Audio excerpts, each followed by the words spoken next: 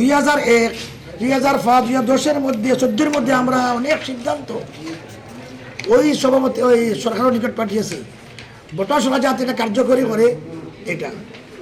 3 নম্বর, আমাদের এডিসি এলাকা, সীমান্ত এলাকা থেকে যে সমস্ত মানুষ উচ্ছেদ হয়ে আসছে তাদের পুনর্বাসন দেওয়া, ক্ষতিপূরণ দেওয়া। চাইলে বাল্য বিবাহ, পণ প্রথা বন্ধ করার প্রতি করা। 5 নম্বরে নেশামুক্ত, ডাসমুক্ত ত্রিপুরা গঠনের সরকার এবং যাতে ভূমিকা নেয়।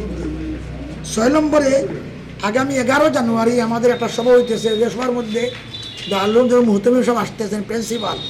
157 বছর পরে ওই মাদ্রাসা ব্যাপারে রাষ্ট্রপতি কি বলছেন, প্রধানমন্ত্রী কি বলছেন, মুখ্যমন্ত্রী কি বলছেন, এই ব্যাপারে আমরা এই লিখিত কাগজ দিয়ে আমরা দয়া করি বলে একটু পড়িয়া যাতে সুন্দরভাবে নিউজটা করবেন দিয়ে আমাদের কাছে বন্ধু।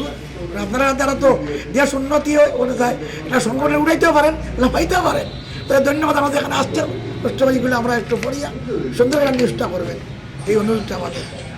রাজ্যের বর্তমান পরিস্থিতি আর রাজ্য সরকারের সংখ্যালঘু উন্নয়নের যে পলিসি, ওইটা নিয়ে আপনাদের বক্তব্য কি জমিয়তের? জমিয়তের বর্তমানে যেগুলো হইতেছে এই ব্যাপারে আমরা কোনো বিরুদ্ধে কথাও বলতাম না, কোনো বা প্রশংসা না। বস্তা কাজ হইতেছে, আশা রাখি আর একটু ভালো হবে, ওইগুলো আমরা দেখবো। এই যে আসলে অনেকদিন ধরে তোমরা রাজ্য সরকার আছে, আমার দাবি করতে আছে, ওরা দেখার পরে মন্তব্য করবো। এই দাবিগুলো পেশ করতেছি এখন, এরপরে আমরা মন্তব্য করবো।